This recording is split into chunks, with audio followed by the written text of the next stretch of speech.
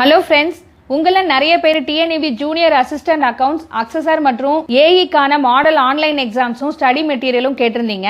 இதற்கான டீடைல்ஸை நாம இப்ப பாத்திரலாங்க. டிஎன்இபி ஜேஏக்கான 5 முழு மாதிரி ஆன்லைன் தேர்வுகளை தமிழ் மற்றும் ஆங்கிலத்துல வாங்கி எழுதிட 350 ரூபாய் மட்டும்தாங்க.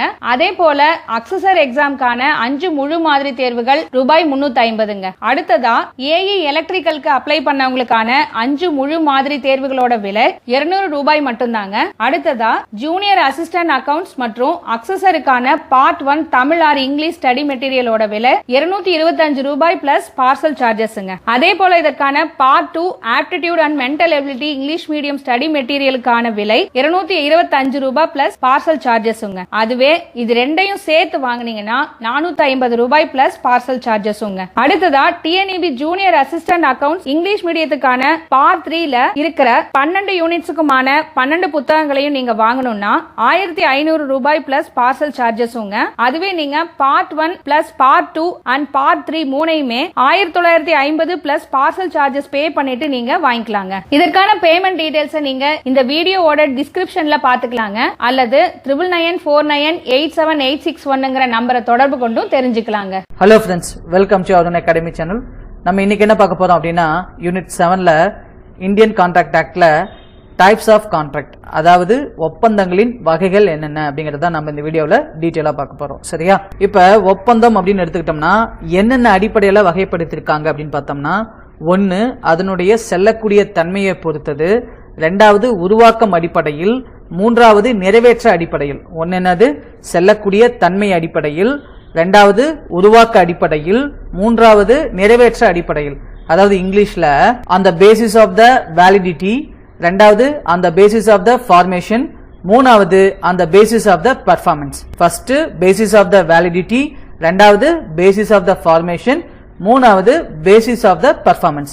இது போல 3 அடிப்படையில ஒப்பந்தங்களை பிரிக்கிறாங்க. சரியா?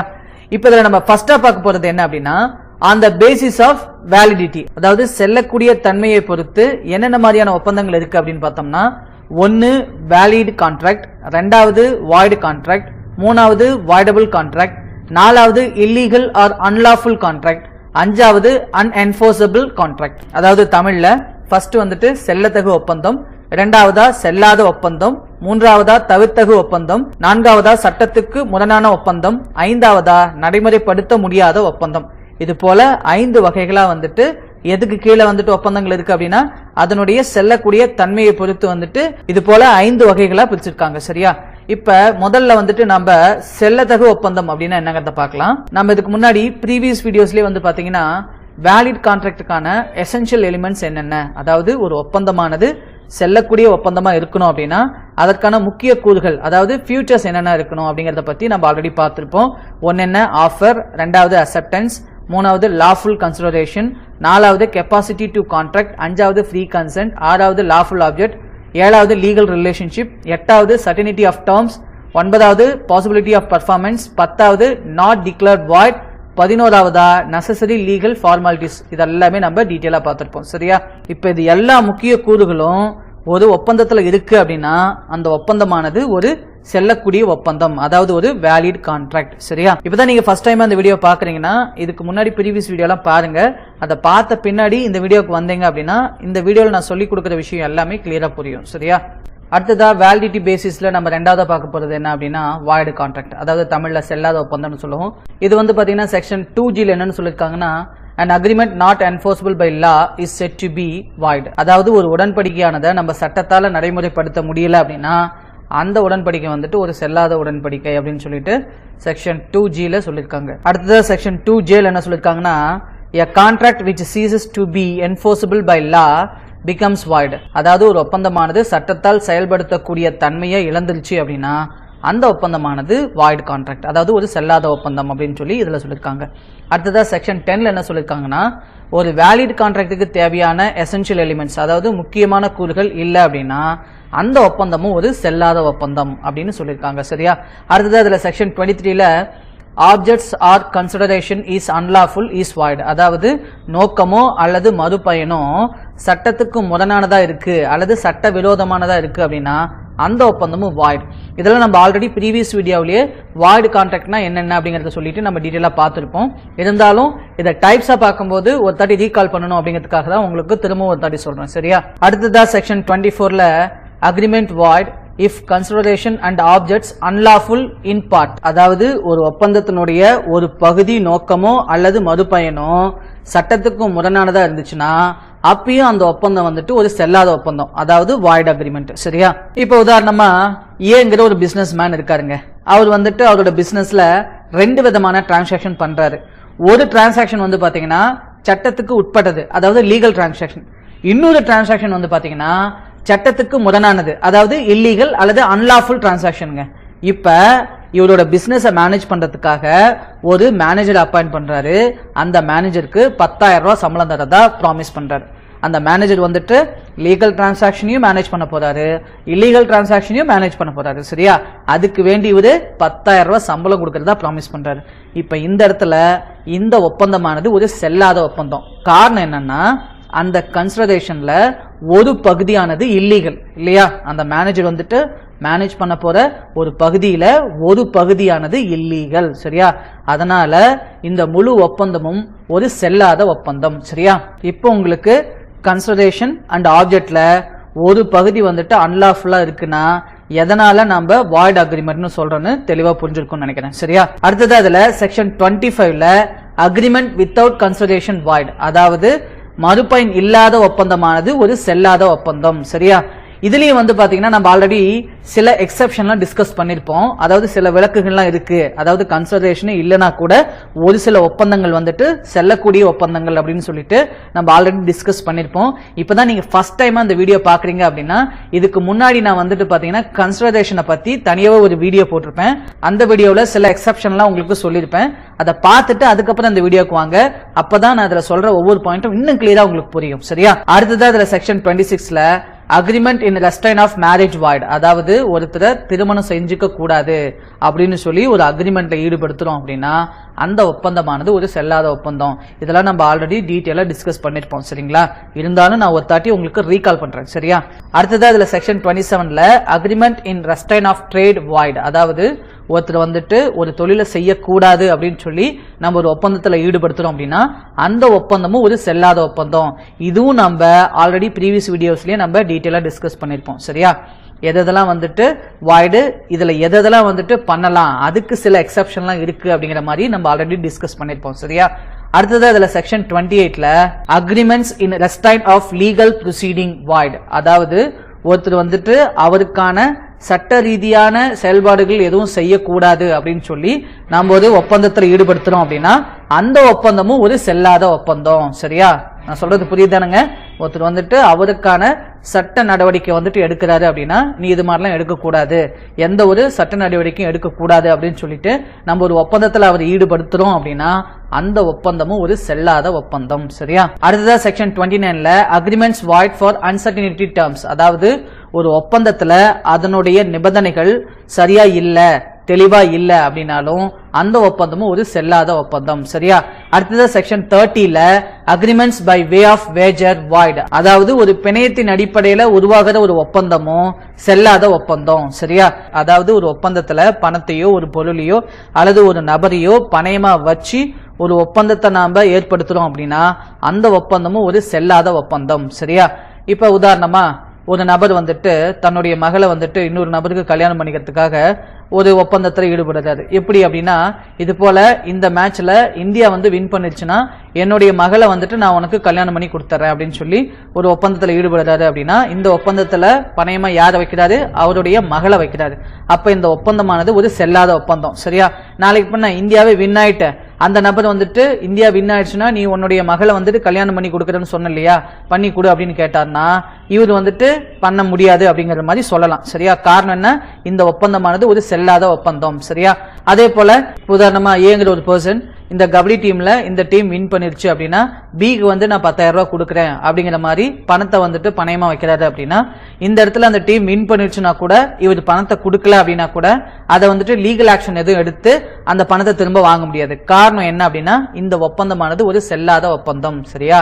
அப்ப வே ஆஃப் வேஜர்ல எந்த ஒப்பந்தத்தை நாம செய்தாலும் அந்த ஒப்பந்தமானது ஒரு செல்லாத ஒப்பந்தம். ஆனா இதுக்கும் ஒரு சில எக்ஸெப்ஷன்லாம் கொடுத்திருக்காங்க. இப்ப உதாரணமா குதிரை பந்தயம் எல்லாம் எடுத்துக்கிட்டோம் அப்படின்னா அதுவும் வந்து பாத்தீங்கன்னா பணத்தை வந்துட்டு பணையம் வச்சு விளையாடுற ஒரு விளையாட்டு தான், அதுவும் ஒரு சூதாட்டம் தான். இருந்தாலும் வந்து பாத்தீங்கன்னா சட்டத்துல அதுக்கெல்லாம் ஒரு சில எக்ஸெப்ஷன் கொடுத்திருக்காங்க. சரியா? ஆனா அதை தவிர மற்ற உடன்படிக்கையெல்லாம் வந்துட்டு நம்ம பணைய அடிப்படையில போடுறோம் அப்படின்னா அந்த ஒப்பந்தமானது ஒரு செல்லாத ஒப்பந்தம். சரியா? அடுத்தது அதுல section 56 agreement to do impossible act void, அதாவது ஒரு செய்ய முடியாத செயலுக்கு வேண்டி ஒரு உடன்படிக்கை நம்ம போடுறோம் அப்படின்னா அந்த உடன்படிக்கையும் ஒரு செல்லாத உடன்படிக்கை. சரியா? அந்த ஒப்பந்தமும் செல்லாது. ஓகேவா? அடுத்ததா மூணாவதா வேலிடிட்டி பேசிஸ்ல நம்ம பார்க்க போறது என்னன்னா வாய்டபிள் கான்ட்ராக்ட், அதாவது தமிழ்ல தவிர்த்தகு ஒப்பந்தம்னு சொல்லுவோம். இப்ப இந்த மாதிரியான ஒப்பந்தம்லாம் என்னன்னா ஆரம்பத்துல போடும்போது அது வேலிட் கான்ட்ராக்டா இருக்கும். ஃபியூச்சர்ல வந்துட்டு ஒரு நபருடைய விருப்பத்தின் பேர்ல வந்துட்டு அது என்னவா மாறிடும்? வாய்டு கான்ட்ராக்ட், அதாவது ஒரு செல்லாத ஒப்பந்தமா மாறிடும். சரியா? ஆரம்பத்துல ஒரு செல்லக்கூடிய ஒப்பந்தமா இருக்கிறது, பிற்காலத்துல ஒரு நபருடைய விருப்பத்தின் பேர்ல அது ஒரு செல்லாத ஒப்பந்தமா மாறிடும்.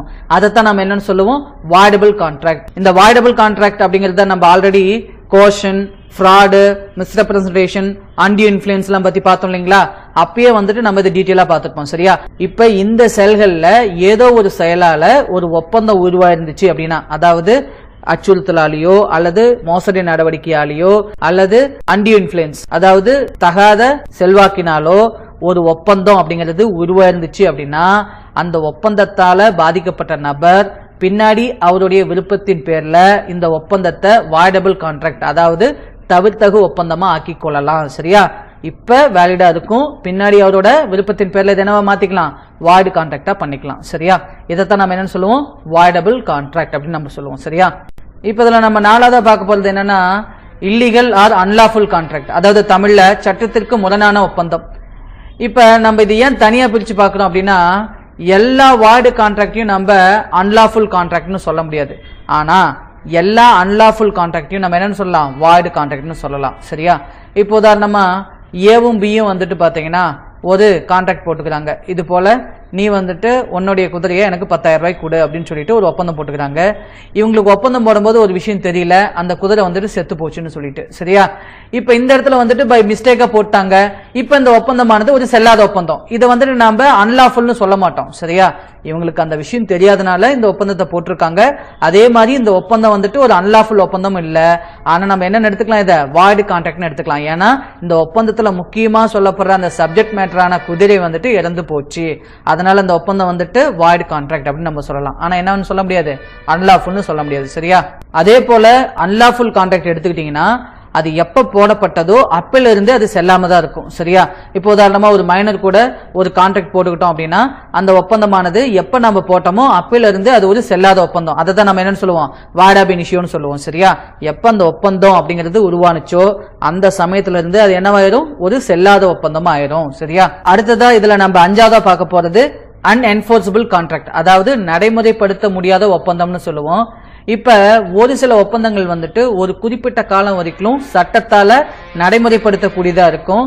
அதுக்கு பின்னாடி அது வந்துட்டு அந்த தகுதியை இழந்துரும், அதாவது சட்டத்தால செயல்படுத்த முடியாத ஒரு தன்மைக்கு வந்துடும். சரியா? இப்போ உதாரணமா டைம் பார் டெட்ஸ் எடுத்துக்கிட்டோம்னு வச்சுக்கோங்களேன், 3 வருஷம் வரைக்கும் அதை வந்துட்டு சட்டத்தால என்ன பண்ணலாம்? நடைமுறைப்படுத்தலாம். இப்போ உதாரணமா ஒருத்தர் கடன் வாங்கிட்டாரு, 3 வருஷத்துக்குள்ள அந்த கடனை திரும்ப கொடுக்கல அப்படின்னா நம்ம அவர்கிட்ட எழுதி வாங்கின அந்த டாக்குமெண்ட்டை வச்சு நம்ம என்ன பண்ணலாம்? சட்டப்பூர்வமான நடவடிக்கை அவர் மேல எடுக்கலாம். சரியா? இப்ப 3 வருஷத்துக்கு பின்னாடி அது போச்சுன்னா அதை நம்ம என்னன்னு சொல்லுவோம்? லிமிடேஷன் ஆக்ட் படி டைம் பார்டு டெட்ஸ்னு சொல்லுவோம். அதுக்கு அப்புறமும் அவர் மேல நம்ம லீகல் ஆக்ஷன் எடுக்கணும்னா திரும்பவும் என்ன பண்ணணும்? அந்த ஒப்பந்தத்தை புதுப்பிக்கணும். சரியா?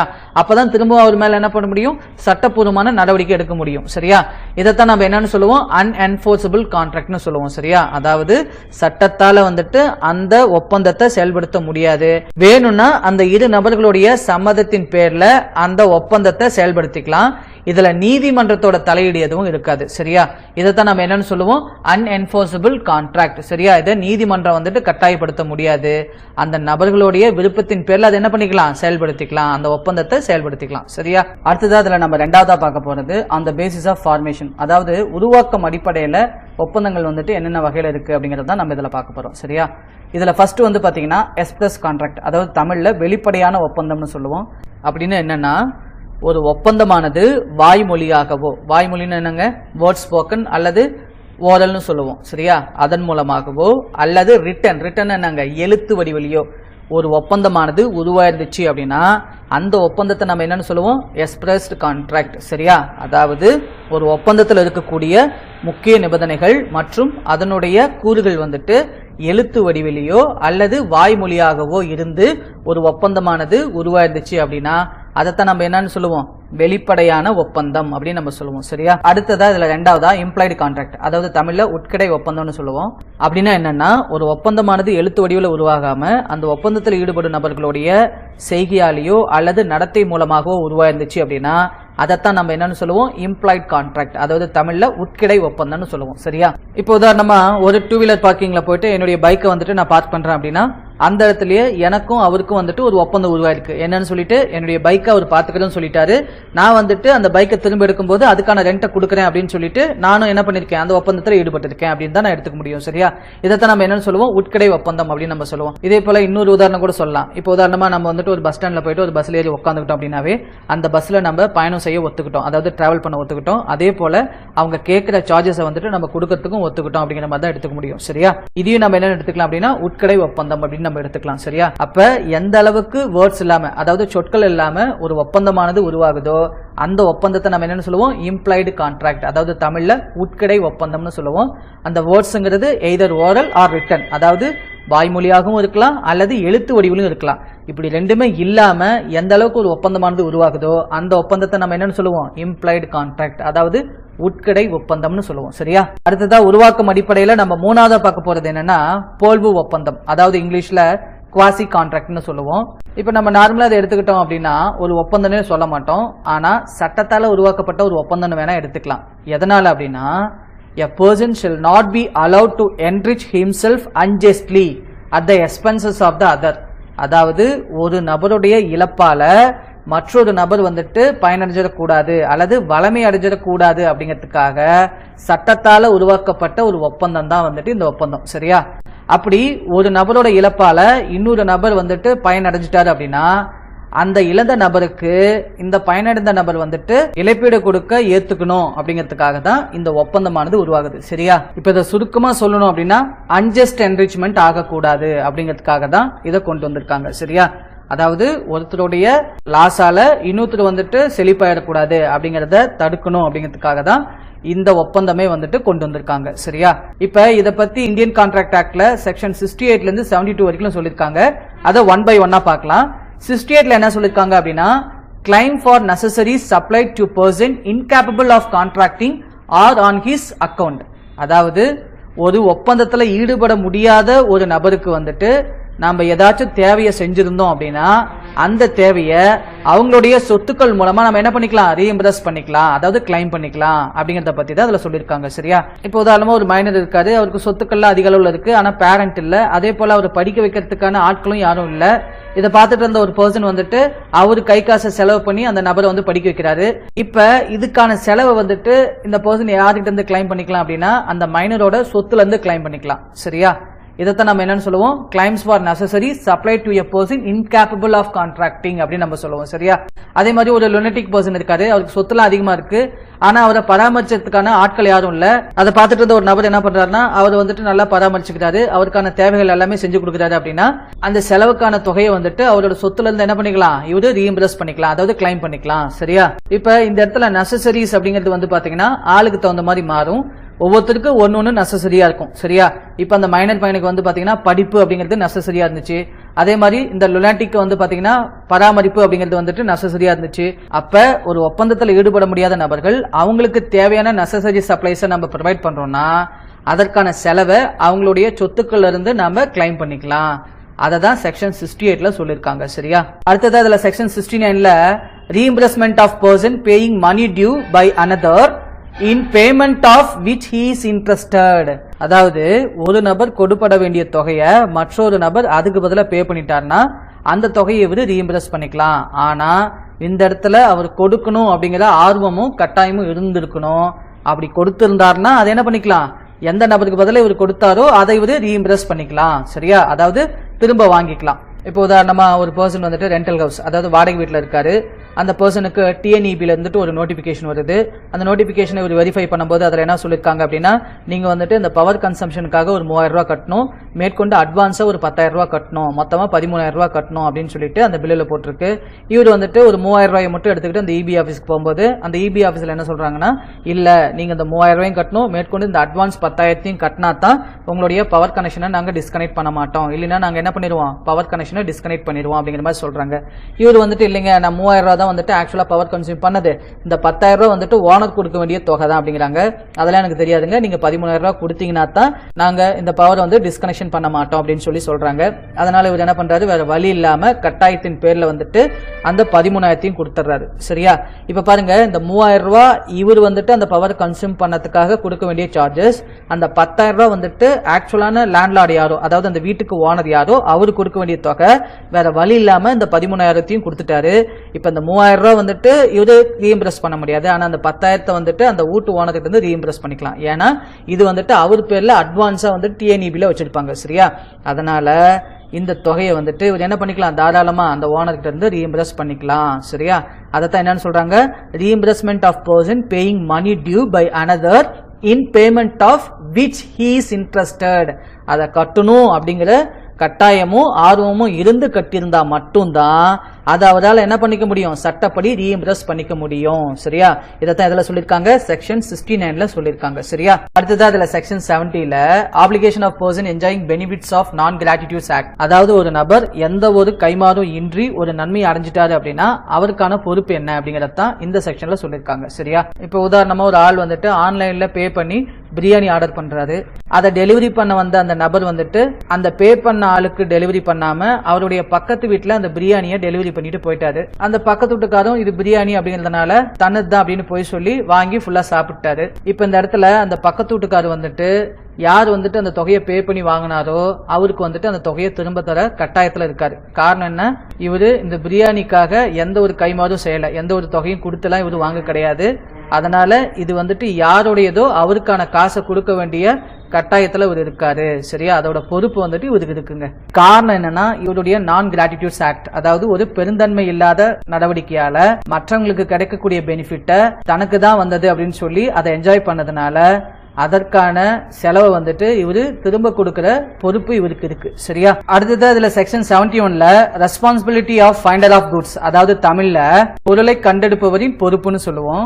இப்ப இதுல என்ன சொல்ல வராங்கன்னா, ஒரு நபர் மற்றொரு நபருடைய பொருட்களை கண்டுபிடிச்சு வச்சிருந்தாரு அப்படின்னா அதை அவருடைய பொறுப்புல, அதாவது அவருடைய கஸ்டடியில வச்சுக்கிட்டு அதை திரும்ப கொடுக்கும்போது அந்த கொடுக்கறதுக்காக ஏதாச்சும் செலவு ஆயிருந்துச்சு அப்படின்னா அந்த செலவை அந்த நபர்கிட்ட இருந்து இவரு கிளைம் பண்ணிக்கலாம் அப்படிங்கறத இதுல சொல்ல வராங்க. சரியா, இப்போ உதாரணமா ஒரு நபர் வந்துட்டு அவருடைய குதிரையை தொலைச்சிட்டாரு. அந்த குதிரையை இன்னொரு நபர் எடுத்து அவருடைய பொறுப்புல வச்சிருக்காரு.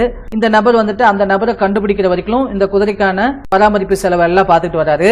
ஒன்ஸ் அந்த குதிரையோட உரிமையாளர்கிட்ட வந்துட்டு இந்த குதிரையை ஒப்படைக்கும் போது அந்த குதிரையை பராமரிக்கிறதுக்கான செலவு எல்லாத்தையும் வந்துட்டு அவர்கிட்ட இருந்து இவரு கிளைம் பண்ணிக்கலாம். சரியா, அப்படி வந்துட்டு அந்த நபர், அதாவது அந்த குதிரை உரிமையாளர் வந்துட்டு இவருக்கு அந்த தொகையை கொடுக்கல அப்படின்னா அந்த குதிரையை வந்துட்டு இவருடைய கஸ்டடியில வச்சுக்கலாம். எது வரைக்கும் அப்படின்னா அந்த நபர் அந்த தொகையை திரும்ப கொடுக்கற வரைக்கும். அதுவே அந்த குதிரையோட விலையில 3/2 பங்கு விலை வரைக்கும் அதை பராமரிக்கிறதுக்காகவே இந்த நபர் வந்துட்டு செலவு பண்ணிட்டாரு அப்படின்னா அந்த குதிரையை வந்துட்டு அவருக்கு திரும்ப கொடுக்கணும்னு அவசியம் இல்ல, அதற்கான செலவை இந்த நபரே வித்து அதை ஈடு செஞ்சுக்கலாம் அப்படின்னு சொல்லி சட்டத்துல சொல்லியிருக்காங்க. சரியா, அதுவே அந்த பொருள் வந்துட்டு பெரிசிபிள் நேச்சர், அதாவது அழுகக்கூடிய தன்மையில இருக்கு அப்படின்னா அந்த பொருளை வந்துட்டு ஒருத்தர் கண்டுபிடிச்சு எடுக்கிறாரு அப்படின்னா அந்த பொருள் அழுகிறதுக்கு முன்னாடி அந்த பொருளை அவர் வித்தரலாம். வித்துட்டு அந்த விற்கிறதுக்கான செலவை எடுத்துக்கிட்டு மேற்கொண்டு இருக்கிற காசை அந்த பொருளுக்கு சொந்தக்காரர் யாரோ அவர் வந்து கேட்கும் போது திரும்ப கொடுக்கலாம். இப்ப இதை தான் நம்ம என்னன்னு சொல்லுவோம், ரெஸ்பான்சிபிலிட்டி ஆஃப் ஃபைண்டர் ஆஃப் குட்ஸ்னு சொல்லுவோம். சரியா, அடுத்தது அதுலயே section 72ல liability of person to whom money is paid or thing delivered by mistake or under coercion, அதாவது தவறுதலாகவோ அல்லது வலுக்கட்டாயத்தின் பேர்ல எந்த ஆளுக்கு பணம் கொடுக்கப்பட்டிருக்கிறதோ அல்லது பொருள் ஒப்புவிக்கப்பட்டிருக்கிறதோ அந்த ஆளுடைய பொறுப்பு என்ன அப்படிங்கறது தான் இந்த செக்ஷன்ல சொல்லிருக்காங்க. சரியா? இப்ப இதுக்கு நம்ம இல்லுஸ்ட்ரேஷன்லயே 2 எக்ஸாம்பிள்ஸ் கொடுத்திருக்காங்க. அதுல ஒன்னு என்னன்னா, ஏவும் பியும் சேர்ந்து சி கிட்ட 100 ரூபாய் கடன் வாங்குறாங்க. பிறகு ஏ வந்து சி கிட்ட இருந்து வாங்கின 100 ரூபாய திரும்ப கொடுத்துறாரு. இது பிக்கு தெரியாது. பி இது தெரியாம என்ன பண்றாருன்னா திரும்பவும் ஒரு 100 ரூபாய சி கிட்ட கொடுத்துறாரு. சி அந்த 100 ரூபாய வாங்கி வச்சுக்கிட்டாரு. இப்ப இந்த இடத்துல சி வந்துட்டு அந்த எக்ஸ்ட்ரா வாங்கின 100 ரூபாய பிக்கு திரும்ப கொடுக்க வேண்டிய பொறுப்பு இருக்கு. சரியா? இததான் நம்ம என்னன்னு சொல்லுவோம், liability of person to whom money is paid னு சொல்லுவோம். இப்ப இதுலயே இன்னொரு இல்லுஸ்ட்ரேஷன் என்னன்னா, ஒரு நபருக்கு வந்துட்டு ஒரு கன்சைன்மெண்ட் வந்துட்டு ரயில்வே ஸ்டேஷன்ல டெலிவரிக்கு வந்திருக்கு. அதை வந்துட்டு அந்த நபர் டெலிவரி எடுக்க போறாரு. ஆனா அப்படி எடுக்கும் போகும்போது அந்த ரயில்வே ஸ்டேஷன்ல என்ன சொல்றாங்கன்னா, நீங்க வந்துட்டு எனக்கு 1000 ரூபாய் கொடுத்தீங்கன்னா தான் இந்த கன்சைன்மெண்ட்டை வந்துட்டு நாங்க ரிலீஸ் பண்ணுவோம் அப்படிங்கிற மாதிரி சொல்றாங்க. ஆக்சுவலா அதுக்கான சார்ஜஸ் என்னன்னா 100 ரூபாய். ஆனா இவங்க வந்துட்டு கேட்கறது எவ்வளவு, 1000 ரூபாய். இப்ப இந்த இடத்துல வேற வழி இல்லாம அவர் அந்த 1000 ரூபாய் கொடுத்துட்டு வந்துடுறாரு. பின்னாடி வந்த பிறகு, அதாவது அந்த கன்சைன்மெண்ட்டை இவரு டெலிவரி எடுத்துட்டு வந்த பிறகு அந்த 900 ரூபாயை வந்துட்டு அவங்க கிட்ட இருந்து கிளைம் பண்றாரு. இது வந்துட்டு இல்லீகல். ஆக்சுவலா வந்துட்டு நார்மலா நான் எப்பயுமே 100 ரூபாய் தான் கொடுப்பேன். இந்த முறை நீங்க வந்துட்டு என்ன வலுக்கட்டாயப்படுத்தி 1000 ரூபாயை வாங்கிட்டீங்க. அப்ப மீதி 900 ரூபாய் வந்துட்டு இல்லீகலா நீங்க சார்ஜ் பண்ணிருக்கீங்க.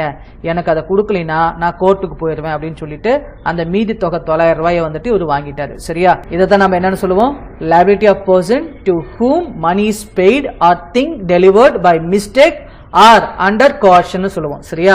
இப்போ உங்களுக்கு போல்வு ஒப்பந்தம், அதாவது குவாசி கான்ட்ராக்ட் அப்படிங்கிறது தெளிவா புரிஞ்சிருக்கும்னு நினைக்கிறேன். இது ஒரு ஒப்பந்தமே கிடையாது. இது ஒரு சட்டத்தால உருவாக்கப்படுற ஒரு ஒப்பந்தம். எதுக்கு அப்படின்னா, ஒரு நபர் மற்றொரு நபருடைய இழப்பால ஒரு நன்மை அடைஞ்சிருந்தாரு அப்படின்னா அதை திரும்ப கொடுக்கணும் அப்படிங்கிறதுக்காக உருவாக்கப்பட்ட ஒரு ஒப்பந்தமே போல்வு ஒப்பந்தம். அதை தான் நம்ம இங்கிலீஷ்ல என்னன்னு சொல்லுவோம், குவாசி கான்ட்ராக்ட் அப்படின்னு நம்ம சொல்லுவோம். சரியா? இது எதுல இருந்து எது வரைக்கும் இதை பத்தி சொல்லிருக்காங்கன்னா, செக்ஷன் 68ல இருந்து செக்ஷன் 72 வரைக்கும் இதை பத்தி சொல்லிருக்காங்க. சரிங்களா? அடுத்ததா உருவாக்க அடிப்படையில நம்ம 4வதா பார்க்க போறது என்னன்னா டாசிட் கான்ட்ராக்ட், அதாவது தமிழ்ல மறைமுக ஒப்பந்தம்னு சொல்லுவோம். இப்ப மறைமுக ஒப்பந்தத்துக்கும் உட்கடை ஒப்பந்தத்துக்கும் வித்தியாசம் என்னன்னு பார்த்தோம்னா பெரிய அளவுல எந்த வித்தியாசமும் இல்லைங்க. கிட்டத்தட்ட ரெண்டும் ஒண்ணுதான். அதாவது டாசிட் கான்ட்ராக்டுக்கும் இம்ப்ளாய்டு கான்ட்ராக்டுக்கும் டிஃபரன்ஸ்னு எடுத்துக்கிட்டோம்னா பெரிய அளவுல எந்த ஒரு வித்தியாசமும் இல்லை.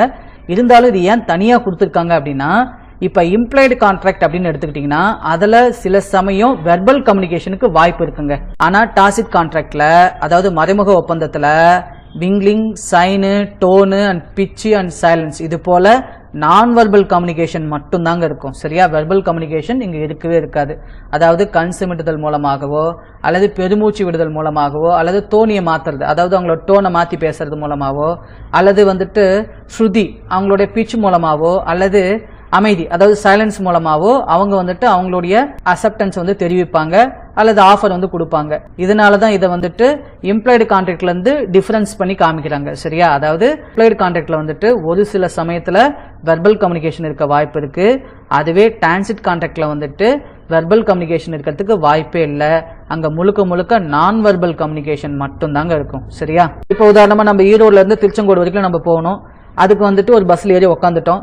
இப்போ வந்துட்டு அந்த பஸ் கிளம்புறதுக்கு முன்னாடி கண்டக்டர் வந்து என்ன சொல்றாருன்னா, யாரெல்லாம் வந்துட்டு திருச்செங்கோடு வரைக்கும் போகணுமோ அவங்களாம் வந்துட்டு 50 rupees வந்துட்டு சேஞ்ச் எடுத்து வச்சுக்கோங்க, அதுக்கான சார்ஜ் வந்து 50 ரூபா அப்படின்னு சொல்லிட்டு ஜென்ரலா ஒரு அனௌன்ஸ்மெண்ட் கொடுக்குறாரு. நாமள என்ன பண்றோம், ஒரு 50 ரூபாய் அவர்கிட்ட கொடுத்துட்டு அந்த டிக்கெட் எடுக்கிறோம். இப்போ இந்த இடத்துல வந்து பாத்தீங்கன்னா இதை இம்ப்ளாய்டு கான்ட்ராக்ட்னு சொல்லுவோம். அவர் வந்துட்டு நம்ம கிட்ட 50 ரூபான்னு சொல்லல, பொதுவா 50 ரூபான்னு சொல்றாரு. நாம என்ன பண்றோம், அந்த ஊருக்கு போற சார்ஜ் 50 ரூபா அப்படின்னு சொல்லிட்டு அவர்கிட்ட 50 rupees கொடுத்துட்டு அந்த டிக்கெட்டை நம்ம வாங்குறோம். சரியா?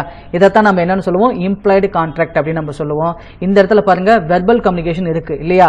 அதுவே டான்சிட் கான்ட்ராக்ட்னு எடுத்துக்கிட்டோம்னா முழுக்க முழுக்க வெர்பல் கம்யூனிகேஷன் இருக்காது. சரியா? அதுவே நான் ஒரு ஏடிஎம் மெஷின்ல போயிட்டு பணம் எடுக்க போறேன் அப்படின்னா அந்த ஒப்பந்தத்தை நம்ம என்னன்னு சொல்லுவோம் அப்படின்னா டாசிட் கான்ட்ராக்ட்னு சொல்லுவோம். காரணம் என்னன்னா அந்த இடத்துல பெரிய அளவுல வெர்பல் கம்யூனிகேஷன் எதுவும் இருக்காது. சரியா? இப்போ உங்களுக்கு டான்சிட் கான்ட்ராக்ட்னா என்ன, இம்ப்ளாய்டு கான்ட்ராக்ட்னா என்னங்கிறது தெளிவா புரிஞ்சிருக்கும்னு நினைக்கிறேன். அடுத்ததா ஃபார்மேஷன் ஆஃப் கான்ட்ராக்ட்லயே 5வது டைப் இ காமர்ஸ் கான்ட்ராக்ட், அதாவது இணைய வணிக ஒப்பந்தம்னு சொல்லுவோம். அதாவது நம்ம ஒரு ஒப்பந்தம் வந்துட்டு ஆன்லைன்ல போடுறோம் அப்படின்னா அதை தான் நம்ம என்னன்னு சொல்லுவோம், இ காமர்ஸ் கான்ட்ராக்ட்னு சொல்லுவோம். இப்போ உதாரணமா பிளிப்கார்ட், அமேசான் இதெல்லாம் வந்துட்டு நம்ம ஏதாச்சும் ஒரு பொருள் ஆர்டர் பண்றோம், அந்த பொருள் வந்து நமக்கு டெலிவரி வந்த பிறகு நம்ம அதுக்கான காசை கொடுக்குறோம் அப்படின்னா இதைத்தான் நம்ம என்னன்னு சொல்லுவோம், இ காமர்ஸ் கான்ட்ராக்ட் அப்படின்னு சொல்லுவோம். அதாவது ஒரு ஒப்பந்தமானது ஆன்லைன்ல உருவாகுது அப்படின்னா அதை தான் நம்ம என்னன்னு சொல்லுவோம், இ காமர்ஸ் கான்ட்ராக்ட், அதாவது இணைய வணிக ஒப்பந்தம் அப்படின்னு நம்ம சொல்லுவோம். சரியா, நம்ம அடுத்ததா பார்க்க போறது என்னன்னா நிறைவேற்ற அடிப்படையில், அதாவது பர்ஃபார்மன்ஸ் பேசிஸ்ல ஒப்பந்தங்களை எப்படி எப்படிலாம் வந்துட்டு வகைப்படுத்திருக்காங்க அப்படிங்கறத நம்ம பார்க்க போறோம். சரியா, இப்ப இதுல நம்ம ஃபர்ஸ்டா பார்க்க போறது எக்ஸிக்யூட்டட் கான்ட்ராக்ட், அதாவது தமிழ்ல நிறைவேற்றிய ஒப்பந்தம்னு சொல்லுவோம். இந்த பேர்லயே இதுக்கான அர்த்தம் என்ன அப்படிங்கறத நம்ம தெளிவா புரிஞ்சுக்கலாம். அதாவது ஒரு ஒப்பந்தத்தில் ஈடுபட்ட நபர்கள் வந்துட்டு அவங்களுக்கான பெர்ஃபார்மன்ஸை செஞ்சு முடிச்சிட்டாங்க அப்படின்னா அதை தான் நம்ம என்னன்னு சொல்லுவோம் அப்படின்னா எக்ஸிக்யூட்டட் கான்ட்ராக்ட் அப்படின்னு நம்ம சொல்லுவோம். சரியா, இப்போ உதாரணமா ஒரு கடையில போயிட்டு நம்ம ஒரு பொருளை வாங்குறோம், அந்த பொருளை வாங்கிட்டு நம்மளுடைய காசை அந்த கடைக்காரருக்கு கொடுத்துட்டோம் அப்படின்னா இந்த இடத்துல அந்த கான்ட்ராக்டை நம்ம என்னன்னு சொல்லுவோம், எக்ஸிக்யூட்டட் கான்ட்ராக்ட் அப்படின்னு சொல்லுவோம். சரியா, ரெண்டு பேருமே அவங்க செய்ய வேண்டிய கடமையை அந்த இடத்துல செஞ்சு முடிச்சிட்டாங்க அப்படின்னா அதை தான் நம்ம என்னன்னு சொல்லுவோம், எக்ஸிக்யூட்டட் கான்ட்ராக்ட், அதாவது நிறைவேற்றிய ஒப்பந்தம் அப்படின்னு நம்ம சொல்லுவோம். சரியா, அடுத்ததா இதுலயே ரெண்டாவதா எக்ஸிக்யூட்டரி கான்ட்ராக்ட், அதாவது தமிழ்ல நிறைவேற்றப்பட வேண்டிய ஒப்பந்தம்னு சொல்லுவோம். அதாவது ஒரு ஒப்பந்தத்தில் ஈடுபட்ட இரு நபர்களுடைய கடமைகளும் நிறைவேற்றப்படாம இருக்கு அப்படின்னா அதை தான் நம்ம என்னன்னு சொல்லுவோம், எக்ஸிக்யூட்டரி கான்ட்ராக்ட் அப்படின்னு நம்ம சொல்லுவோம். சரியா, இப்போ உதாரணமா ஏ வந்துட்டு பியோட சைக்கிளை வாங்கறதுக்காக நான் 15ஆம் தேதி உனக்கு அதுக்கான காசை கொடுக்கறேன்னு சொல்லி ப்ராமிஸ் பண்றாரு. அதே போல பியும் வந்துட்டு ஏ கிட்ட என்ன சொல்றாருன்னா என்னுடைய சைக்கிளை உனக்கு நான் 20ஆம் தேதி டெலிவரி பண்றேன் அப்படின்னு சொல்லி ப்ராமிஸ் பண்றாரு.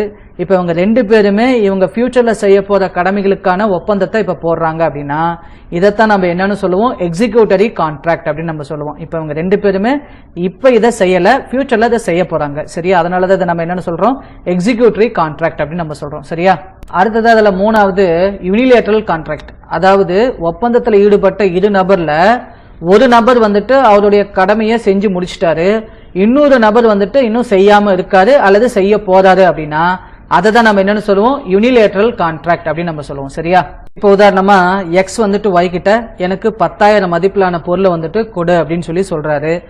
ஒய்யும் வந்துட்டு அந்த 10,000 ரூபாய் மதிப்பிலான பொருளை வந்துட்டு எக்ஸ் கிட்ட டெலிவரி பண்ணிட்டாரு. ஆனா எக்ஸ் வந்துட்டு இன்னும் அதுக்கான தொகையை வந்து பே பண்ணல அப்படின்னா இதைத்தான் நம்ம என்னன்னு சொல்லுவோம், யூனிலேட்டரல் கான்ட்ராக்ட் அப்படின்னு நம்ம சொல்லுவோம். சரியா, அதாவது ஒப்பந்தத்தில் ஈடுபட்ட இரு நபர்ல ஒரு நபர் வந்துட்டு அவர் ஆற்ற வேண்டிய கடமையை செஞ்சுட்டாரு, மற்றொரு நபர் அதை செய்யாம இருக்காரு அல்லது செய்ய போறாரு அப்படின்னா அதை தான் நம்ம என்னன்னு சொல்லுவோம், யூனிலேட்டரல் கான்ட்ராக்ட் அப்படின்னு நம்ம சொல்லுவோம். சரியா, அடுத்ததா இதுலயே நாலாவது பைலேட்டரல் கான்ட்ராக்ட், அதாவது தமிழ்ல இருதலை ஒப்பந்தம்னு சொல்லுவோம். அப்படின்னு என்னன்னா ஒரு ஒப்பந்தத்தில் ஈடுபட்ட இரு நபர்களும் அவங்க அளித்த வாக்குறுதியை வந்துட்டு நிறைவேற்ற போறாங்க அப்படின்னா அதை தான் நம்ம என்னன்னு சொல்லுவோம், பைலேட்டரல் கான்ட்ராக்ட் அப்படின்னு நம்ம சொல்லுவோம். சரியா, ரெண்டு பேருமே அவங்க சொன்ன ப்ராமிஸை வந்துட்டு செய்ய போறாங்க அப்படின்னா அதை தான் நம்ம என்ன சொல்லுவோம், பைலேட்டரல் கான்ட்ராக்ட் அப்படின்னு நம்ம சொல்லுவோம். சரியா, இப்போ உதாரணமா ஆர் வந்து தன்னுடைய காரை எஸ்க்கு 10 லட்சம் ரூபாய்க்கு விற்கிறேன்னு சொல்லி ஒரு ஆஃபர் கொடுக்குறாரு.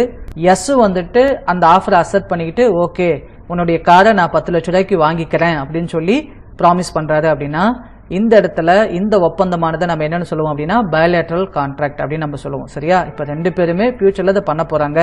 இவரும் வந்துட்டு அதை 10 லட்சம் ரூபாய்க்கு விற்க போறாரு, அந்த காரை வந்துட்டு எஸ்க்கு கொடுக்க போறாரு. எஸ் வந்துட்டு அதை 10 லட்சம் ரூபாய் கொடுத்து ஆரோட காரை வாங்க போறாரு. சரியா, இந்த இடத்துல இதை நம்ம என்னன்னு சொல்லுவோம், பைலேட்டரல் கான்ட்ராக்ட் அப்படின்னு நம்ம சொல்லுவோம். சரியா, இப்ப இது வரைக்கும் நான் சொல்லி கொடுத்த எல்லா ஒப்பந்தங்களுடைய வகைகளும் உங்களுக்கு கிளியரா புரிஞ்சிருக்கும்னு நினைக்கிறேன். அதாவது வேலிடிட்டி பேசிஸ்ல என்னென்ன வகையான ஒப்பந்தங்கள் இருக்கு, ஃபார்மேஷன் பேசிஸ்ல என்னென்ன வகையான ஒப்பந்தங்கள் இருக்கு, பெர்ஃபார்மன்ஸ் பேசிஸ்ல என்னென்ன வகையான ஒப்பந்தங்கள் இருக்கு அப்படிங்கறத நம்ம டீடைலா பார்த்தோம். நம்ம அடுத்த வீடியோல இதோட கண்டினியூட்டி பார்க்கலாங்க. சரியா, சரி ஓகேங்க. இப்ப இது வரைக்கும் நான் சொல்லி கொடுத்தது எல்லாமே உங்களுக்கு ரொம்பவும் யூஸ்ஃபுல்லா இருந்துச்சு, தெளிவா புரிஞ்சுச்சு அப்படின்னா மறக்காம இந்த வீடியோக்கு ஒரு லைக் பண்ணுங்க. அதே போல உங்க ஃப்ரெண்ட்ஸும் இந்த எக்ஸாமுக்கு அப்ளை பண்ணிட்டு ப்ரிப்பேர் பண்ணிட்டு இருக்காங்கன்னா அவங்களுக்கும் மறக்காம இந்த வீடியோவை ஷேர் பண்ணுங்க. டெஃபினட்டா அவங்களுக்கும் இது ரொம்ப யூஸ்ஃபுல்லா இருக்கும். அதே போல இப்பதான் நம்மளுடைய அருண் அகாடமி சேனலை நீங்க ஃபர்ஸ்ட் டைமா பாக்குறீங்கன்னா மறக்காம நம்மளுடைய அருண் அகாடமி சேனலுக்கு சப்ஸ்கிரைப் பண்ணுங்க. கூடவே கீழே இருக்கிற பெல் சிம்லையும் பிரஸ் பண்ணுங்க.